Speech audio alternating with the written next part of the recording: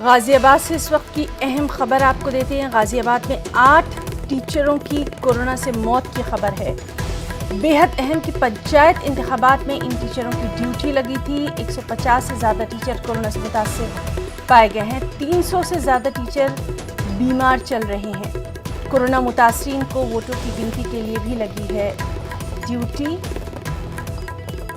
शिक्षा संघ वोटों की गिनती का बाइकॉट करेगा।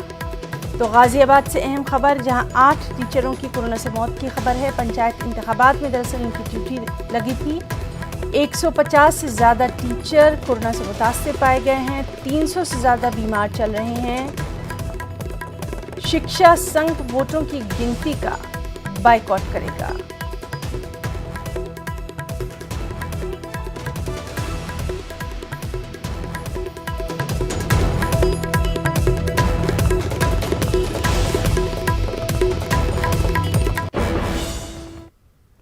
बिहार में हर गुजरते दिन के साथ कोरोना के मामलात में इजाफा देखा जा रहा है। बिहार में 24 घंटे में 15,000 से ज़ायद नए मामले रिकॉर्ड किए गए। बिहार के 7 अजला में 500 से ज़्यादा मामले सामने आए।